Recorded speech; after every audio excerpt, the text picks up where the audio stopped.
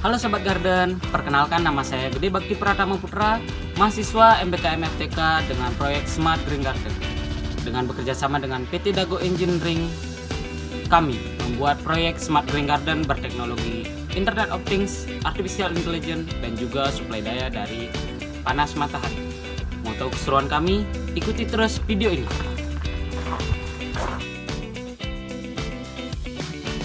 Next Gen Hydroponic, integrating AI and IoT with renewable energy for plant going forward, merupakan salah satu tim proyek Smart Green Garden dengan mengusung tema integrasi AI dan IoT dengan suplai energi panas matahari untuk tanaman hidroponik selanjutnya. Kami dari tim Next Gen Hydroponic memiliki 6 divisi. Yang pertama, divisi hidroponik, yang kedua divisi PLTS, yang ketiga divisi IoT, yang keempat divisi AI, yang kelima divisi aplikasi web, dan yang keenam aplikasi mobile. Mari kita bahas satu persatu divisinya. Yang pertama adalah divisi hidroponik. Divisi ini merupakan divisi yang bertanggung jawab atas kegiatan pembuatan hidroponik secara konvensional. Kami diberi lahan seluas 10 x 10 meter dengan pembuatan rumah UP seluas 5 x 4 dengan tinggi 3 meter. Rangka yang digunakan yaitu baja ringan, polo, kanal C, plastik UP, dan juga insect net untuk pelindung. Jumlah tanaman yang kami ancangkan yaitu sebanyak 152 lubang dengan tanaman cabai dan juga selada masing-masing 76 lubang. Adapun tahap pengerjaan, yang pertama, pembuatan pondasi. Pembuatan pondasi dilakukan yaitu menggali tanah dan juga pembuatan cakar ayam dan diakhiri dengan pengecoran cakar ayam sehingga kuat untuk pondasi rumah yupinya. Selanjutnya pembuatan kerangka rumah yupi. Dirangkai sedemikian rupa yang dibuat sekokoh mungkin untuk menopang solar panel yang akan dipasang. Selanjutnya adalah pemasangan plastik UV. Pemasangan plastik UV diperuntukkan untuk mengurangi terik matahari yang didapat oleh tanaman, yang dimana di Buleleng sendiri terik matahari terbilang tinggi. Selanjutnya pembuatan kerangka hidroponik. Kerangka hidroponik dibuat menggunakan pipa 3 dim dengan dijajarkan sehingga mendapatkan 152 lubang nantinya. Penopang yang digunakan untuk pembuatan kerangka hidroponik yaitu hulu. Setelah pembuatan kerangka hidroponik, maka selanjutnya adalah pembuatan tempat larutan. Tempat ini diperuntukkan untuk penempatan dari larutan baik dari A, B, PHA, pH daun, dan juga pestisida. Dan tempat larutan ini juga difungsikan sebagai tempat penyemaian. Selanjutnya mulai penyemaian. Kami dari tim Next Gen Hydroponic pernah mengalami kendala dalam penyemaian selada, yaitu kurangnya intensitas matahari, sehingga kami melakukan penyemaian 2 kali dan yang kedua kalinya sudah berhasil. Dan untuk penyemaian dari tanaman cabai sudah berhasil dari awal. Selanjutnya perawatan tanaman. Perawatan tanaman ini dilakukan baik dari penyampuran nutrisi, aliran air dari tandon penyampuran. Selanjutnya adalah panen. Panen kami lakukan pada tanggal 11 Juli sebagai simbolis penutupan MBKM ini. Yang dipanen yaitu tanaman selada. Selanjutnya adalah divisi PLTS. Divisi ini merupakan divisi yang menyuplai daya untuk teknologi IoT. Nah, beberapa perangkat yang digunakan, yang pertama adalah solar panel dengan spesifikasi monokristalin 425 WP sebanyak 2 unit dengan total 805 WP. Selanjutnya adalah SCC Solar Charge Controller dengan jenis MPPT dengan spesifikasi 24 volt 40 ampere. Selanjutnya adalah baterai sebagai penyimpanan daya. Baterai yang kami gunakan adalah PRLA spesifikasi 12 volt 100A sebanyak 4 unit dengan rangkaian 2 seri dan 2 paralel sehingga menjadi total 24 volt 200Ah. Selanjutnya kami juga memiliki beban AC dan juga DC. Beban AC didapat dari inverter DC 2AC 500W dengan spesifikasi 24 volt to 220 volt. Nah, di sini juga teman-teman bisa lihat di layar beberapa rangkaian yang sudah dirangkai dari perangkat-perangkat yang telah saya sebutkan tadi. Selanjutnya adalah divisi IoT. Divisi ini merupakan divisi yang bertanggung jawab pengambilan data yang ada di lapangan. Divisi IoT sendiri menggunakan microcontroller ESP32 sebanyak 2 buah dan juga ESP32CAM untuk perantara AI. Adapun fitur yang diandalkan yang pertama monitoring dan kontrol nutrisi, monitoring dan kontrol pH air, monitoring suhu air dan ruangan, monitoring lampu grow light, monitoring dan kontrol hama, saluran pompa air otomatis, dan juga terintegrasi aplikasi web dan juga mobile. Nah, di layar teman-teman juga bisa lihat beberapa rangkaian yang telah dibuat.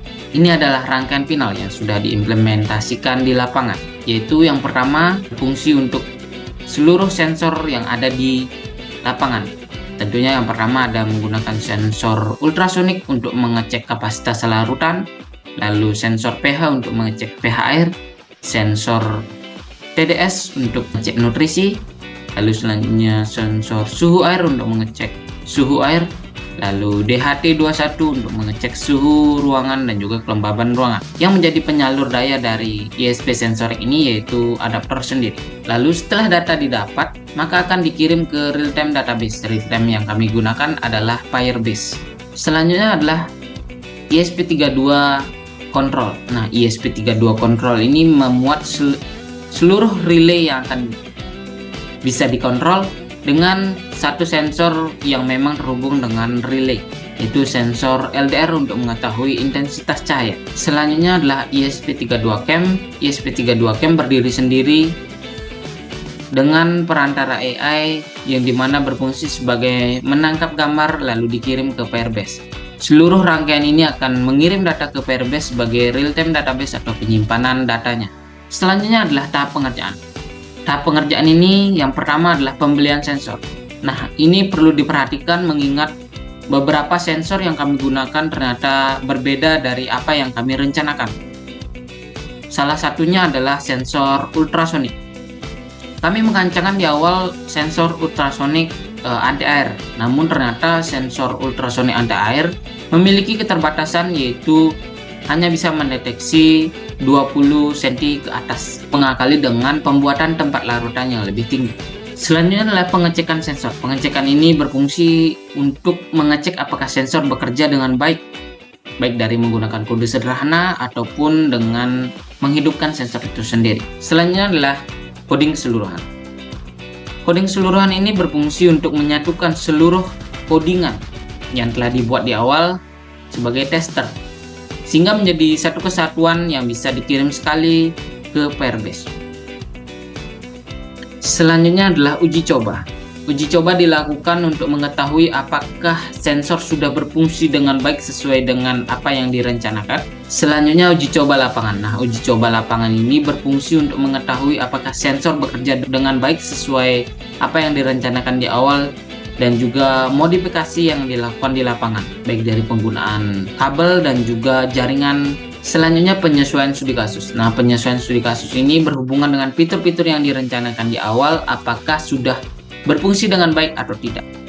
Dan yang terakhir adalah maintenance. Maintenance ini merupakan tahapan yang paling akhir untuk membuat atau memperbaiki hal-hal yang kurang dari sensor yang telah dipasang di lapangan. Selanjutnya adalah AI. Nah, AI dalam hal ini bertanggung jawab membuat kecerdasan buatan yang akan diimplementasikan pada proyek kami. Adapun tahapan-tahapan AI yang pertama adalah pengumpulan data dan processing, lalu labeling data menggunakan RoboFlow. Selanjutnya adalah training data. Training data menggunakan YOLO P8 dengan bantuan Google Colab dengan confidence 0,8. Selanjutnya adalah testing data menggunakan PES API, dan yang terakhir adalah hasil. Hasil ini akan mendeteksi hama ulat dengan bantuan ESP32CAM sebagai penangkap gambar dan juga akan ditampilkan pada web dan juga aplikasi mobile apps Next Gen Hidroponik. Selanjutnya adalah aplikasi web dan juga mobile. Aplikasi web dan juga mobile merupakan antarmuka yang bisa dilihat pengguna dan juga mudah dipahami oleh pengguna. Aplikasi web sendiri menggunakan teknologi Next.js, TypeScript, Tailwind, dan juga Firebase sebagai backend-nya. Adapun fitur-fitur yang diancangkan pada aplikasi web, yang pertama halaman beranda yang memuat seluruh kegiatan kami dan juga baik dari kerjasama dan juga anggota-anggota. Lalu dashboard ini berfungsi sebagai tempat melihat data ataupun controlling. Lalu beberapa fitur yang tersedia pada aplikasi web ini, yang pertama adalah monitoring dan kontrol nutrisi, monitoring dan kontrol pH air, monitoring suhu air dan ruangan, monitoring kontrol hama, dan yang terakhir adalah pompa air otomatis. Selanjutnya adalah mobile.